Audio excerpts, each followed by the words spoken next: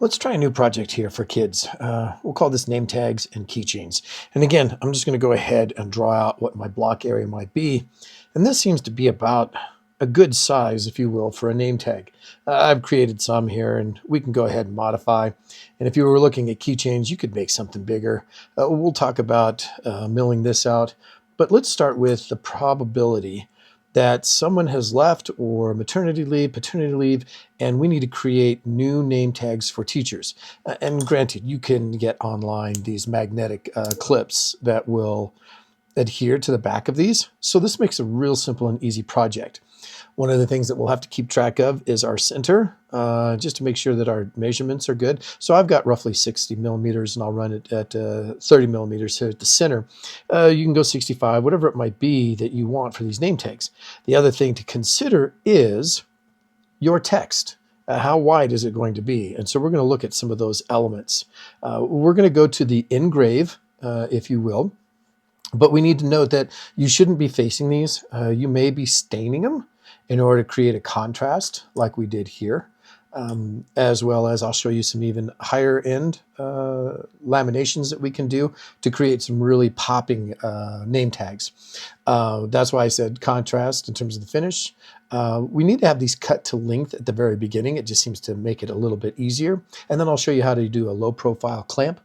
And then we're going to go to PathPilot. We're going to go to the engraving and realize that this will only engrave on the long axis or the x-axis as we go across. So what do we need? I'm going to use tool 33. It happens to be a V point, 90 degree. So a very fine point. We're going to spin this at about 10,000 RPM. We're going to go about 300 millimeters per minute. We'll take a zero clearance of 15 mils. It doesn't have to be that high, but you can just do that. The height. This is the height of your text. So right now I've got it at 7.5 or 8 millimeters. However, what I need for you to be aware of is that when we go into the screen, the preview screen, we need to check the overall width. And if it doesn't fit in your 60 to 65 or 70 millimeters, then we need to change the height because it works in a ratio.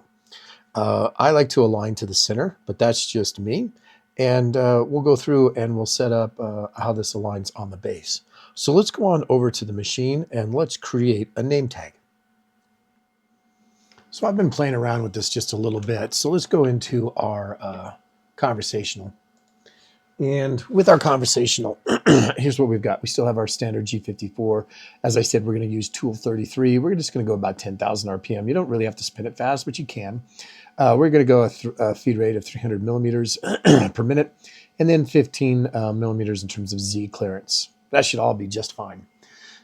Your fonts, you're going to have to go through and play which one you want to work with because it will change the dynamics in here. What I mean by that is if I start selecting, notice how there's very little gap in between the first word and the second word. You may want to go through and play with this, and some of the things that I do to manipulate is I add more spaces in. But again, this is something that you can just kind of play with, and the text feature is, or the engraving feature is pretty basic. It's not necessarily super fancy, but it is definitely something that kids can do, and it'll work just fine. I'm going to go with a thinner line just because of the fine point that I've got. And if I change this to 8 millimeters, because that's what I'd really like. I mean, when we look at our depth here, this is roughly 25 millimeters tall. All right. Sometimes my 3/4 wood, if I'm cutting it off, that'll be roughly 19 or 20 millimeters in width. So if we start thinking about that, 8 millimeters, okay, well, that seems to be very doable in that. I also have it set up that I'm going to, on the X base, I'm going to go to the center. So that'll be 30 millimeters based off of the 60 overall. I'm going to go to a depth of 0.075 millimeters, which is just barely scratching it just to kind of see where we're at. And then obviously I want to be 7 millimeters up from the base. So let's go ahead and post this. And I'm just going to go ahead and click save. Yes, I'm going to overwrite because this is something that I've been working on.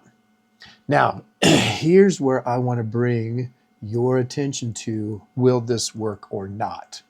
I can see here that my X is 113 millimeters. Well, I know that my actual name tag is only 60 mils, so that's not going to work with the 8 millimeter height.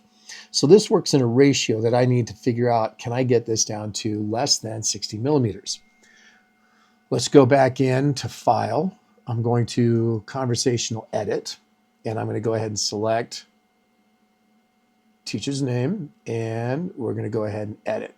I'm going to come up here to this. I just have been playing around, so I know that I need to be 4 millimeters or less in height. So I'm going to go ahead and click my enters just to make sure all of that is set up. Then I'm going to come in here and go finish.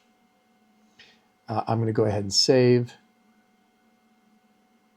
And if I do my tool path, I can just cut some time. I can zoom in, and I'm showing 53.25 millimeters. Well, that'll definitely fit on what I need. Right here, it's saying overall 57.2. So that should be fantastic in my ability to be able to get this milled. So let's go ahead and close. I'm going to go ahead and reload.